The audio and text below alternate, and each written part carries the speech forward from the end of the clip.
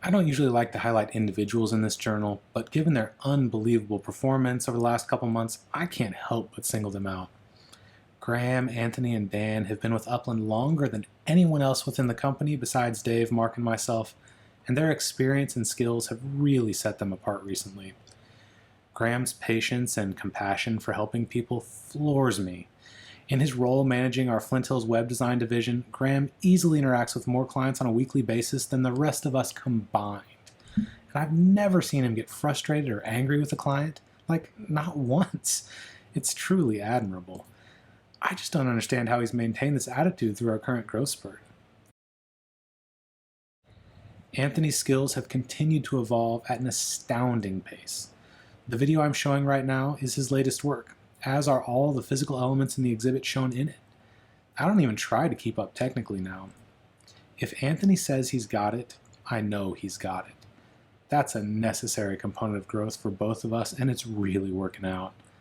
Anthony continues to one-up himself project after project, refining his and our shared processes along the way, and forcing all of us to learn new skills as he does. I have appreciated the push, and you can see the effects on nearly everything we do. And Dan has been the most reliable piece of our evolving puzzle basically since he began working with us. I learned something from Dan every single week without fail. The number of times that we greet each other in the morning, awoken by some thought about an improvement or a project step we forgot or plan how to get something done, it's kind of scary. As we add more team members and pile on more work than we've ever attempted simultaneously before, Dan has been the steady, level-headed rudder keeping us on track through it all. Knowing that I can rely on these three has been key to our current growth and gives me hope as my role continues to evolve. Since the last update, I've spent a majority of my time on new product development and custom project shaping. That's what I enjoy and is clearly the best way for me to be spending time to propel the business forward. I've also been able to devote time to process improvements, adding new tools and workflows, and more clearly defining roles and guardrails to improve performance where we simply have to do better. So I've got to take most of the blame for the frustration from the last few months. As we grow and roles continue to evolve, I've been running too many micro experiments. I need to understand what I have to be involved with and what can be reliably handled by others. I'm trying to listen to feedback and implement change based on that feedback. After all, considering other perspectives is one of our core values. But the suggestions recently, while nearly all from a fresh perspective, simply don't have the global understanding of the business and have therefore mostly backfired. I should have just stuck with my gut. Now, I've learned what I needed to learn from these little process experiments, but unfortunately it's been mostly bad news and really stressful for everyone, like really stressful.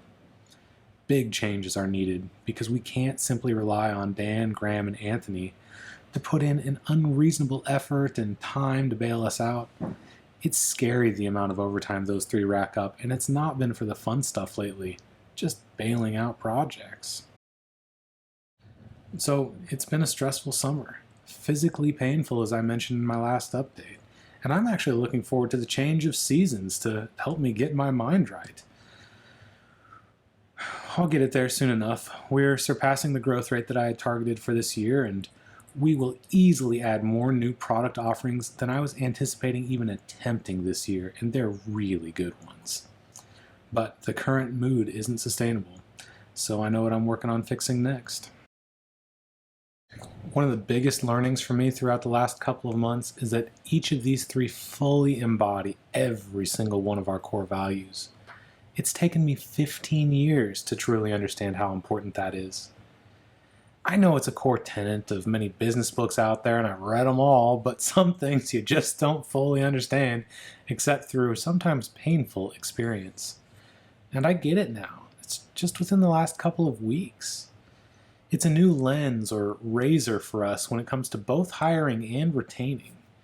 If you don't embody all 6 of our core values, we're not a good match. Simple as that. I don't know exactly what that means for our current team, but for our next hires, we'll be implementing some kind of screening process to select purely for alignment with these values.